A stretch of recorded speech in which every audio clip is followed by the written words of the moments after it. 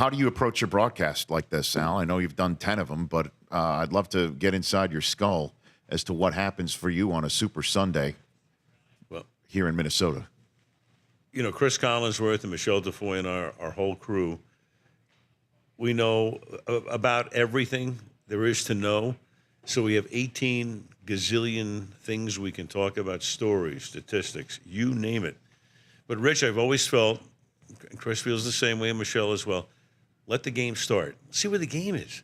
I mean, I have 18 things that I could tell you right off the top that would be maybe interesting but not relevant to the game. You have to fold in your information and make sure that it's germane to the game. So I've always thought of, the game is the melody, and we provide the lyrics, and you want them to match. So you don't want the game to be over here and you're talking about some defensive back over here. Hey, did you know this story? No, you can't do that. So let the game begin. Let the game come to you. And one of the things I'll never forget, John Madden, before we did the Super Bowls that we did, he looked at me, gave me a little fist bump before the game, and he said, "Hey, let's go out and make a memory." And that's what you want to do on Super Bowl. Is that what he would say to you? He would say, "Let's make a memory." How cool is that? That's awesome. Isn't that great? That is great. Yeah, and we did make some memories. You too. sure did. What storyline that's come across your eyes, your ears somehow over the last week?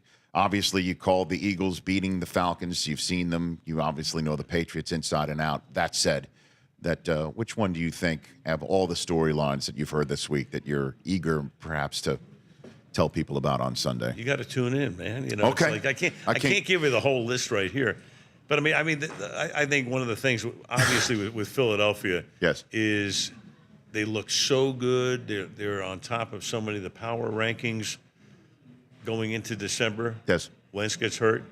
Now they're dead. Well, they're not quite dead, as it turns out. Yes. And for the Patriots, in a way, you go back to opening night. They lose to Kansas City. It's unbelievable. There goes your perfect season. And people go crazy. Oh, it's the Patriots aren't the Patriots anymore. Blah blah blah.